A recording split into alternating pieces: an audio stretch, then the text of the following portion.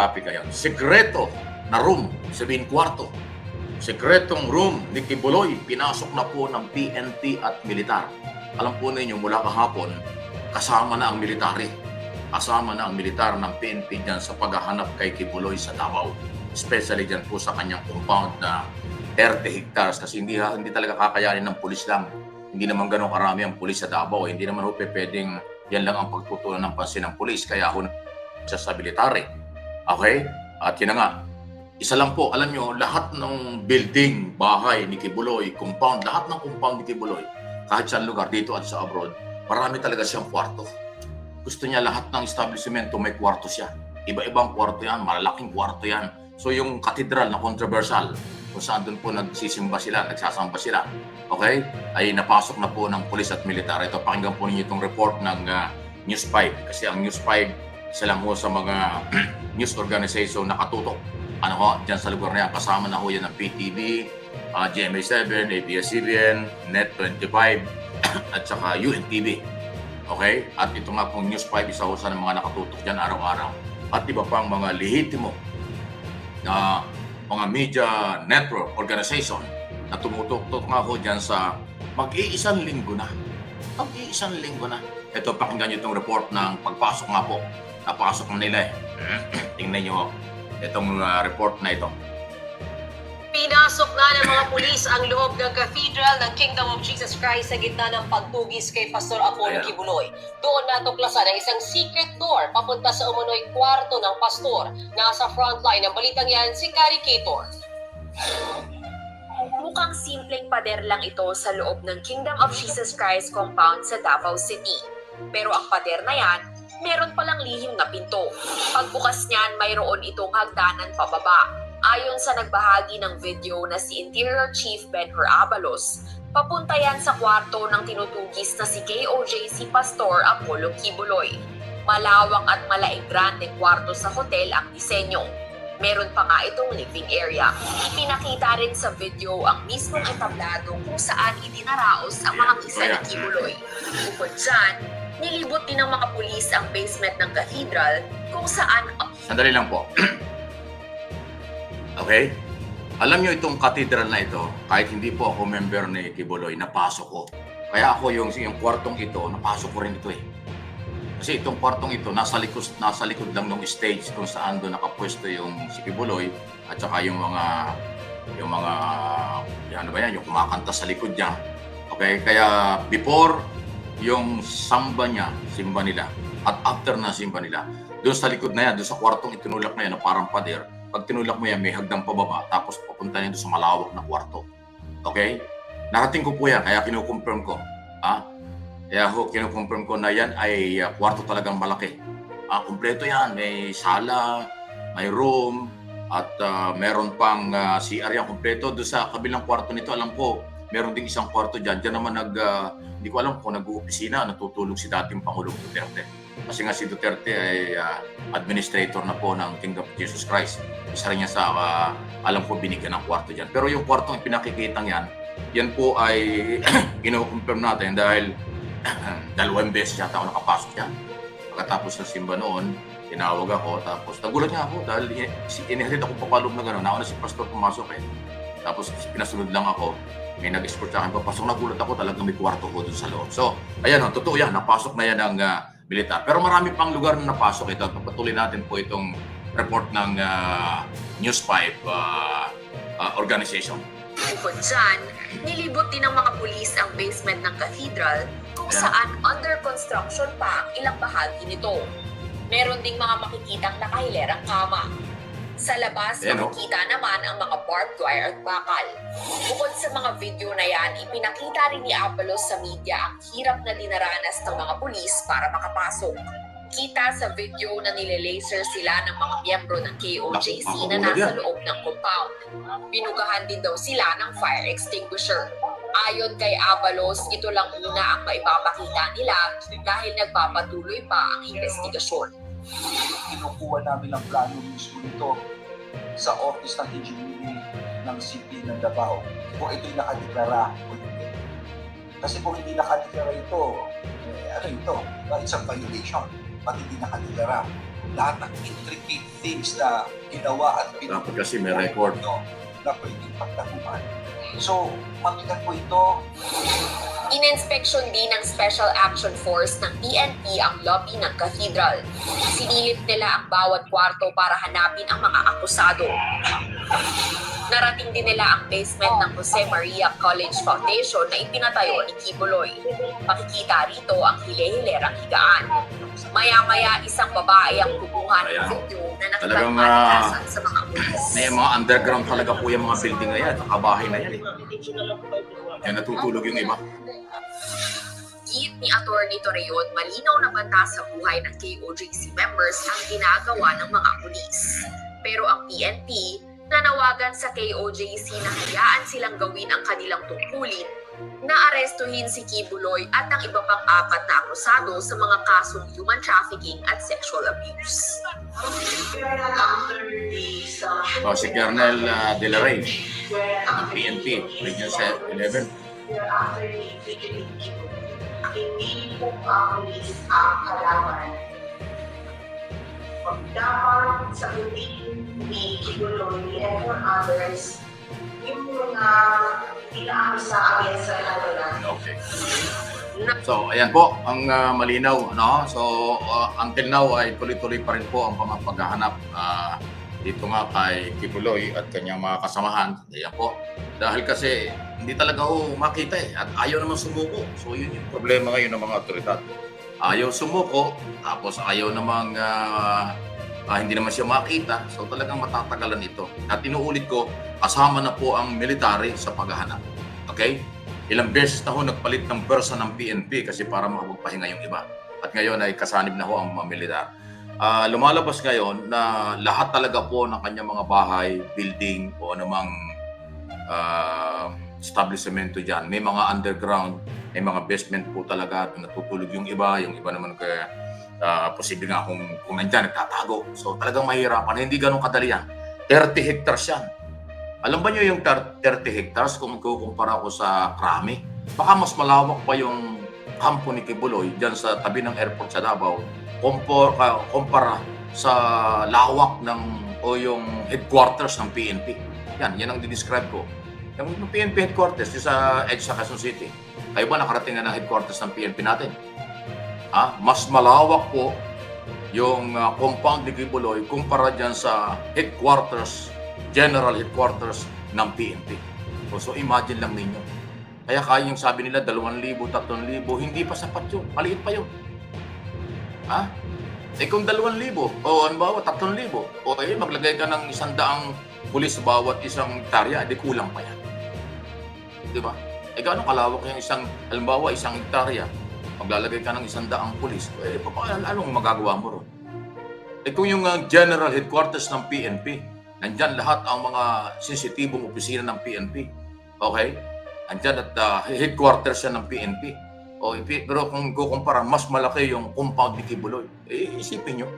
O ilang libo ang pulis sa loob ng Kampo Krami. Diba? Libo-libo ang pulis sa loob ng Kampo Krami.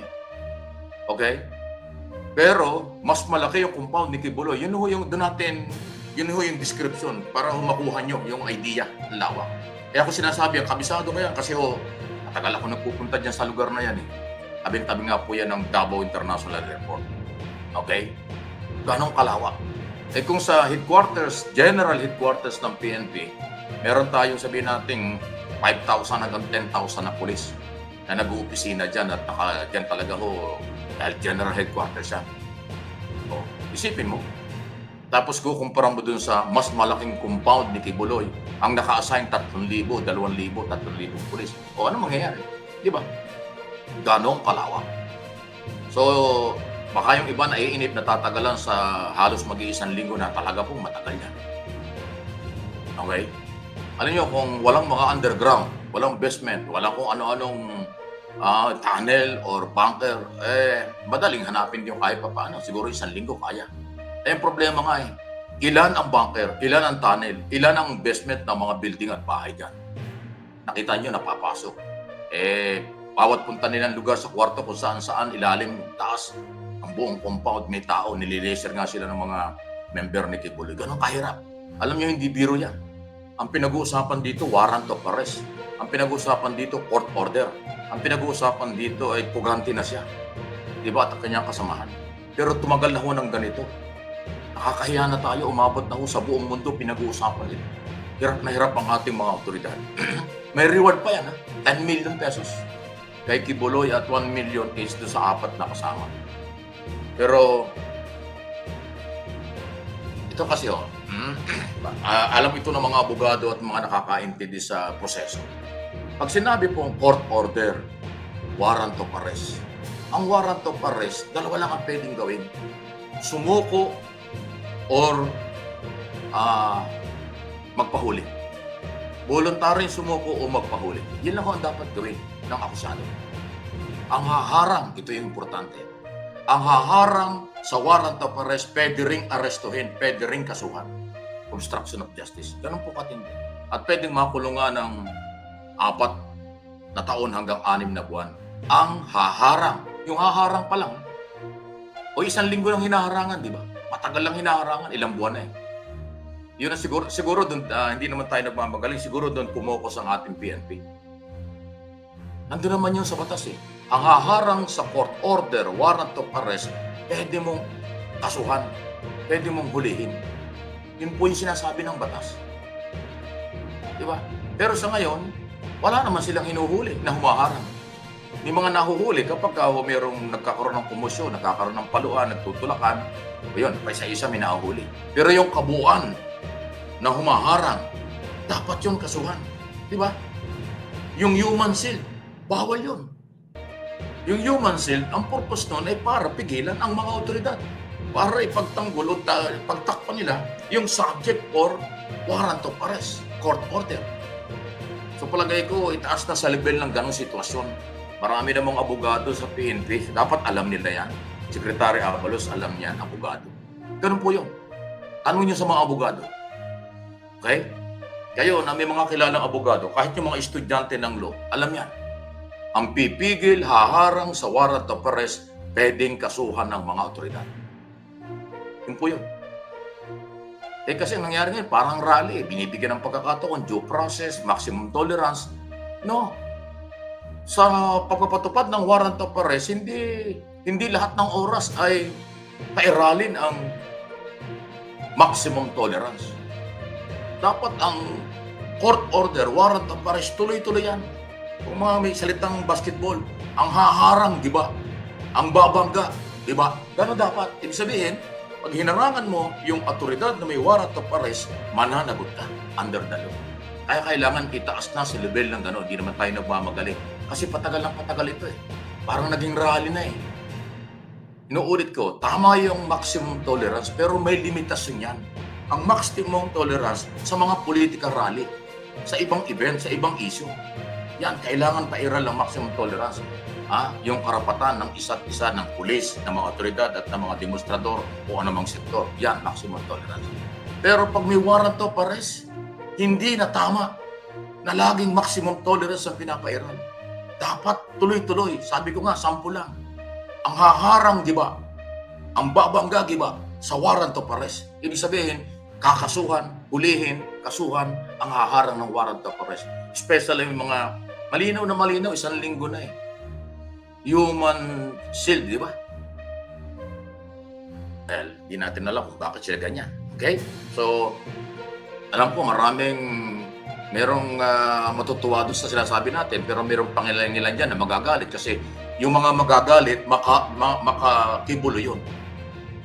Mga member ni Kibuloy, sympathizer ni Kibuloy na pugante yung ayaw nito sinasabi ko. Pero ako pinaninindigan ko. Tanong niyo sa mga abogado. Dito lang sa atin, sa ibang bansa hindi pwede yan. Sa ibang bansa ang huhuli, di ba? Ang haharang, ang human shield o haharang sa court order sa malaki mga bansa sa buong mundo, hinuhuli, kinakasuhan. Dito lang sa atin, sobrang kabaitan eh. Isipin mo mga pulis, pinagmumura, pinapalo. Diba? Kasi pag humarang ka sa court order, paglabag yun sa rule of law. Paglabag yun sa court order. Ba't mo harangan yung warrant of arrest? Isa lang ang ibig sabihin, pag hinarangan mo, meron kang pinagtatakpan. Pag hinarangan mo yan, alam mo na merong yung subject ng warrant of arrest nandiyan sa area. Kasi kung wala dyan, bakit mo naman naharangan yung pulis? Dapat pabayaan mo. Wala pala dito yung subject. Eh di sige, maghanap kayo. Pero tutulungan mo pa. Hindi, hinaharang nila. Binubusan ng tubig, binabato ng monoblock, kung ano-anong karahasan. Grabe, sobrang bait ng ating mga otoridad. Sobrang bait ng ating gobyerno. Dapat hindi ganyan. Para mabigyan natin ng aral ang lahat ng subject for warrant of arrest. May ipakita sa buong mundo at sa lahat ng Pilipino, no one is above the law, kahit sino ka pa. Eh, itong nangyayaring ito, ang feeling nila, above the law sila. Unang-una, hindi na nga sila naniniwala sa Philippine government. Di ba nag-withdraw na sila ng support sa Pangulong Marcos? Nagdeklara na sila ng withdrawal ng support. Tapos nanawagan na sila ng people power. Nanawagan na sila ng resign President Marcos. Di ba? Sobrang ano na yan? Sobrang abuso na yan. May warrant of arrest. Ang kapalit, pinag-resign niya ang Pangulo. May warrant of arrest. Ang kapalit, people power. Wala naman silang magawang power kasi wala naman silang power. Walang tao. Di ba? Inciting to sedition niya, rebellion. At saka violation sa court order, warrant of arrest. Yan po yung aking nakikita. Sana po maintindihan ninyo. Walang personalan issue lang. Kasi nakakahiya na tayo. Paulit-ulit ang issue ito. Bakit tumatagal ng 1 linggo na bukas ng madaling araw? Biyernes po dito sa Pilipinas. Bukas ng madaling araw pa, hanggang bukas ito, pag hindi nahuli, eksaktong 1 linggo. Wow! Ganong katagal. Warrant of arrest pa lang. Iba pa yung paglilitis ng kaso, abutin ng taon niya. Well, ano po yung masasabi niya? Samantala, pangalawang issue naman, naku ito, Philippine National Police nasaktan po, nagulat pa sa sinabi ni Colonel Espinido na the biggest crime syndicate daw ay mga member police. Yun ang mabigat na sinabi ni Colonel Espinido. Espinido. Yung dating police magre-retiro ng pulis na dati noon ay bata ni Digong Duterte, dating Pangulong Duterte at saka ni Bato de la Rosa. Ganun po katindi ang mga nangyari. So ito, pakinggan po natin itong report. Dali ha. At meron pong report dito. Actually press conference ito ni Colonel Jean Fajardo sa Campo Crame. Pakinggan natin itong isa sa mga balita ng UNTV pala ito. Sige, thank you sa UNTV, isa sa mga regular nagko-cover sa Campo Crame. Organized crime po ay ito para sa isang purpose lamang. Ito ay to commit crimes. So malayo-malayo ito sa realidad na kung bakit itinatawag ang PNP mula sa Philippine Constabulary at Philippine PCINP. So hindi natin alam kung saan nanggagaling yung sinasabi ng mga police officer na ito. Ikinagulat ng pamunuan ng pambansang pulisya at naging pahayag ni Lieutenant Colonel Jovi Espinido sa Protocol Committee hearing kahapon sa Kamara na ang Philippine National Police ang pinakamalaking crime sa bansa. Ayon kay PNP Public Information Office Chief Police Colonel Jean Fajardo, nakalulungkot na inihalimulan pa ng isang aktibong pulis ang organisasyon sa loob ng kriminal. Seryoso ang naging aligasyon at unfair ito sa mga matitinong pulis, maging sa mga nagpupulis ng buhay sa paggawa ng maayos na trabaho. Casted down at siya tungkol sa integridad ng buong PNP. We're not talking about one single PNP officer, but buong organisasyon sinasabi niya kahapon. Nalulungkot tayo dahil maraming pulis na seryoso at tatapat sa kanilang tungkulin. Maraming na pulis ng buhay at nakakalungkot na yung buong organisasyon ang binigyan niya ng ganitong label. Gayunman, Okay, so lumabas po yan dun sa Quad Committee ng Kongreso. Ang lead chairman dyan ay si Congressman Ace Barbers. Kung tutuusin si Barbers, dapat masasaktan din doon. Alam bakit? Si Barbers po ay anak ng dating pulis, dating colonel ng Manila Police na si dating Senador Robert Barbers. Si Congressman Ace Barbers ng Surigao del Norte, ang chairman ng Committee on Illegal Drugs ng Congress, Committee on Illegal Drugs, kasama doon sa Quad Committee. Kasi 4 na committee yung pinagsama-sama. Illegal Drugs, Public Order and Safety, Human Rights Committee, at saka Public Accounts. Si Barbers, ang lead chairman ng Quad, siya nag-preside. Okay? So, tahasa sinabi talaga ni Colonel Espinido yung akusasyon na yan. Kaya si Barbers, pwede rin nasaktan niya dahil dating pulis nga yung tatay niya, dating Senador Barbers. Ganito, sabi naman po ni Espinido, Colonel Espinido, hindi naman sa kinakampiyan natin, pero on record sa Quad Committee, nagbuwis siya ng buhay, lahat ng utos sa kanya ni dating Pangulong Duterte at ni Bato de la Rosa, dating PNP chief, ang kampanya laban sa illegal drugs yan sa kabisayaan ng mga panahong yon under Duterte administration. Ang nasaktan, kaya daw siya nasaktan at naiyak siya nung makarating patawag siya sa Campo Crame, sa harap mismo daw ni General Bato de la Rosa noon, na sinabi hindi kita bata, hindi ikaw ang bata ako, pero isang sinabi isang opisyal. At sinabing, siya daw isangkot. Sa tindi raw ng kanyang kampanya laban sa illegal drugs, bandang huli, sinangkot pa siya. At na-discover niya, mga pulis din, kabaro niya, kasamahan niya, ang nasa likod ng sindikato. Kanya nga sinabi niya sa hearing, war ito ng mga drug lord. Labanan ng mga drug lord ang nangyari. At ang kanya sinasabi, yung drug lord na totoong kalaban, yan ang dinuduro ng mga drug lord na kakampi ng gobyerno. Ganong katindi po ang sinabi niya. Puntahan niyo yung record ng Quad Committee. Inuulit ko war ito ng mga drug lord, sabi niya. Yung lehitimong mga drug lord, ibig sabihin, yung talagang sindikato ng mga drug lords at kanilang identify, ang kalaban daw nito ay yung mga drug lord na kakampi ng gobyerno. At sinasabi diyan, ang iba diyan pulis. Parang namimili lang ng dudurugin ng kanilang lalabanan ng mga panahong yun. Nakasay siya Iloilo, Salete, Albuera, at saka Bacolod, doon sa Visayas. So, ngayon, saan tayo maniniwala? Pero siyempre, sa isang banda, hindi naman lahat ng pulis gano'n. Tama yung sinabi ni Colonel Fajardo as a spokesman, masakit na saktan sila. Totoo yun. Siyempre, ilan ba ang pulis? Sabi natin, 200,000 ang pulis nationwide. Siguro hindi naman lahat gano'n. Kaya lang kung mga general, colonel, matataas na opisyal, sabi nga ni Colonel Espinido, paano ka naman tatanungin yung aking mga general o mga mas matataas sa aking opisyal kung bakit gano'n nangyari na ako nang huli? Ito yung subject natin, bakit napapago? Wala, tahimik na lang daw siya. Naiyak na lang daw siya. So, yun, ba tayo magawa?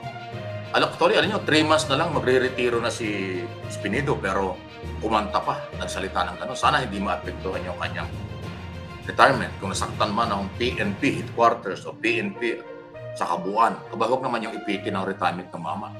Kung meron kayong reklamo sa kanya, hindi pwede nyo sigurong kasuhan. Pero, yung ipitin yung retirement dahil meron siyang expose, ay hindi naman tama. Palagay ko, ilagay na lang ng PNP sa kanilang kaisipan na ito ay big challenge para sa total or totoong cleansing. Hindi lang ang dapat na dumadaan sa cleansing ay yung mga patrolman, corporal sa Rahinto. Dapat pati mga general. Kung yung mga gunita, di ba pinag-resign na? Ginawang mandatory ang resignation ng colonel at mga general. Ewan ko anong nangyari doon. Yung iba natanggal, yung iba hindi. So, yun ang pagpapatunay na may matataas na opisyal na involved. At ito, kumanta pa nga nagsalita na si Colonel Espinido. Nakakahiya. Pero at least lumalabas yung ganito. Kasi pag sibilyan ang nagsalita nito o politiko, mahirap paniwalaan. Pag ibang sektor ang nagsabi nito, hindi ito paniniwalaan. Pero yung galing sa loob, insider. Kasi active Lieutenant Colonel Joby Espinido yung isa nagsalita. Kaya masakit talaga sa pulis. Pero kayo mga pulis, huwag kayo mapipikon. Inuulit ko, dapat big challenge ito sa inyo. Linisin ninyo ang inyong hanay. Palawakin ang cleansing. From patrolman to general, general down to patrolman, para maayos ang ating kapulisan. Kasi mukhang nagamit kayo. War nga na ito. Labanan nga ito ng mga drug lord. May drug lord na kalaban totoo ng gobyerno. May drug lord na di umano kakampi ng gobyerno nung panahon yon. Sabi niya. Sabi ni Espinido yan. Hindi po tayo namimeke. At yan ay talagang on record. Kaya nga sinalang siya ng halos 3 oras yata sa Quad Committee ng isang araw. At masusundan pa yan sa mga susunod na araw. Ganon pong kalupit, ganon katindi ang mga nangyari. Okay, ano po yung masasabi niya? So, tulad ng sinabi ko, yan po yung ating topic ngayon na sikretong kwarto. Isa lang sa sikretong kwarto. At ako pinatutunayan ko na yung kwartong yung totoo kasi nakarating ako twice. Nakarating ako dyan. Hindi ko na matanda kung anong taon yun. Nakarating ako dyan, nakapasok ko dyan. Actually, hindi po basta-basta nakakapasok sa kwarto ni Kibuloy. Mapalad ako ng mga panahong ito. Mga panahong yun, ako iniimbitahan, pinapapasok ko. Minsan doon pa kami nag-meeting. Hindi lahat ng member ang nakakapasok sa mga kwarto ni Kibuloy.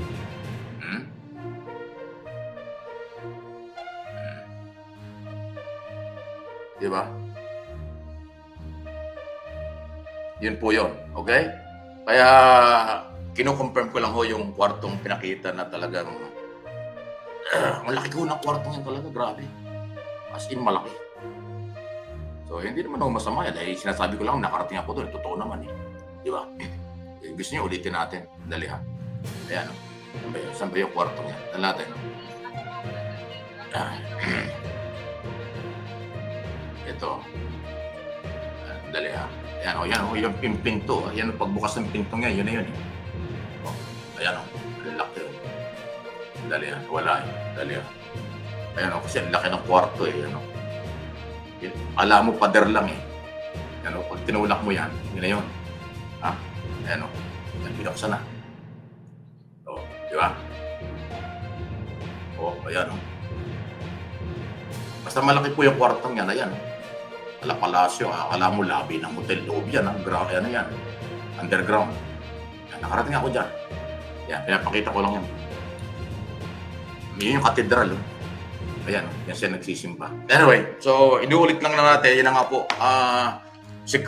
Isa sa mga sekretong kwarto ni Kibuloy na pasok na po ng pulis at militar, pero hindi pa rin nakita si Kibuloy. So mukhang kailangan talagang pasukin ng lahat. Kaya ang tanong ngayon, ilan ba yung underground na yan? Ilan ba yung bunker? Ilan ba yung tunnel? Ilan ba yung basement na... Naku, lahat ng may basement, may basement yan, 1 and 2. Baka 1, 2, 3, B1, B2, B3, baka ganun pa ako. Yung cathedral to patungo doon sa hangar. Nung araw may nuho kayo doon.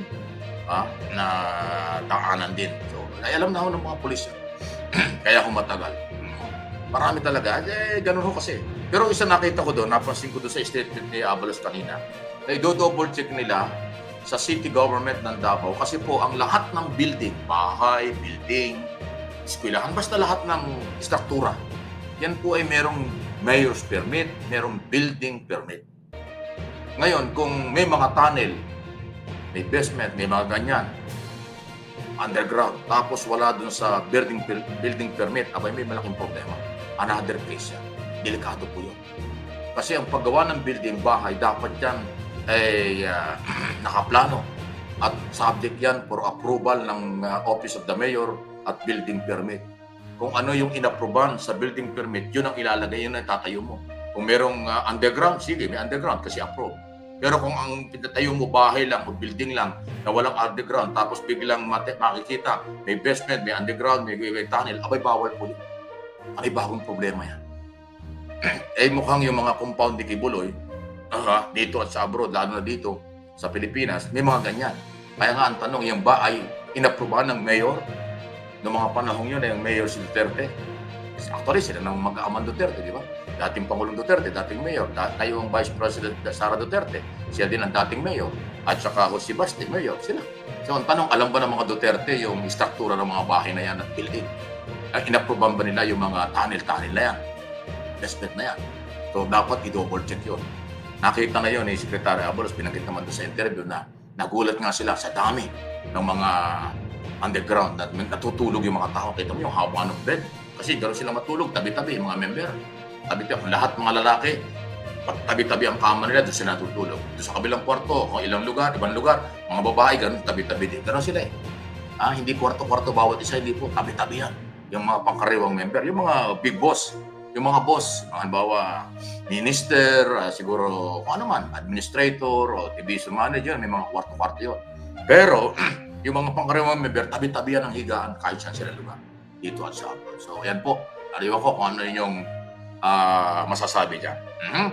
So, matindi yung expose ni Colonel Espinido, nasaktan ng PNP.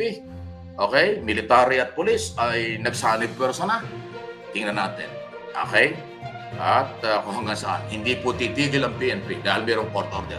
Kahapon po nagpalabas na ho ng clarification report yung RTC judge ng branch 15 at sinabi nila yung nag-issue ng TRO para sa proteksyon, pinapaalis yung mga pulis, yung barakid ng pulis, pero ang pinalabas ng mga abogado ni Kibuloy, pinapaalis na ang lahat ng pulis. Hindi po. Meron na pong report kahapon, nilabas ng korte na hindi kailanman at hindi nila pinagbabawal ipatigil ang warrant of arrest. Hindi nila pinagbabawal ang pulis sa loob dahil naghahanap. Ang pinagbawal lang ay yung barkada ng pulis. So, kasi nagkaroon po ng maling interpretation. Sabi ng gobyerno, ang sabi ng court, ay bawal ang barkadang pulis pero hindi pinatitigil ang court order, warrant of arrest. Ay interpretation po ng kabila, pinaalis na kayo lahat. So magkaiba. So kahapon naglabas na po yung RTC ng Davao at sinabing wala silang order na itigil ang warrant of arrest. Wala silang order na paalisin ang mga pulis. Ayun, kaliwanagan na. Kanya-kanya. Maraming palusot kasi. Pero ako pinapaliwanag ko sa inyo sa abot ng ating kakayanan. Kasi yan ang ating trabaho. Yung totoong balita, hindi fake news. Huwag tayong gumaya. Inuulit ko yung sinabi ko kahapon. Pinapalabas ng mga vlogger at saka ng SMNI na pasasabugin yung katedral, puputulay ng ilaw at tubig. So lahat yan pananakot. Ang purpose nun, magalit ang taong bayan sa administrasyon. Magalit ang taong bayan sa pulis. Yun ang purpose na kailang fake news. Kaya huwag tayong maniwala dahil hindi gagawin ng pulis na putulan ng ilaw at tubig. Paano ka maghahanap sa madilim? Kailangan mo nga ang ilaw. May mga underground, paano ka magpuputol ng ilaw? So, fake news yun para nga lang galitin ng taong bayan kasi ang kailang panawagan, people power, walang power. Panawagan nila, resign President Marcos dahil gusto nilang palitan ng ating Pangulo. Yan ho ang agenda nila eh. Galitin ang taong bayan sa magitan ng fake news para mapabagsak si Pangulong Marcos. Hindi nila alam, wala nang naniniwala sa kanila. Dahil ako, paninindigan ko, mali yung mga style nilang yan. Rule of law, due process, ang pairalin. No one is above the law. Kaya yung mga fake news, marami hong mga fake news na lumalabas ngayon, galing sa kanilang kampo yan. Pakinggan nyo yung mga nakita naman nyo sa social media, yung mga vlogger, puro pananakot ang kailang ginagawa. Diba? Sila ho yung fake news talaga. Pero siyempre, ba't binabaliktad? Ang fake news daw ho yung nagsasabi ng totoo na ang mga naniniwala sa rule of law. Siyempre, babaliktad nila. Pero yung pong mga vlogger nila at yung SMNI, yun po yung nagpapakalat ng fake news ng tungkol doon sa pagputol ng tubig at ilaw at saka po pumasabog ng katedral. Kasi hindi yan totoo. Dala lang yun para lang manggalit. Para galitin ng tao at makakuha sila ng suporta. Wala namang naniniwala. Di ba? Inuulit ko, dapat panagutin ang humaharang sa warrant of arrest. Yan po'y nasa batas. Ang sino man haharang, pipigil sa warrant of arrest na daladala ng mga otoridad, dapat iba. Dapat pinananakot sa batas. Dapat kinakasuhan kung kinakailangan ipakulong. Kasi pag pinigilan mo ang warrant of arrest, obstruction of justice. Pag pinigilan yan, ibig sabihin meron kang pinagtatakpan. Tulad ng sinabi ko.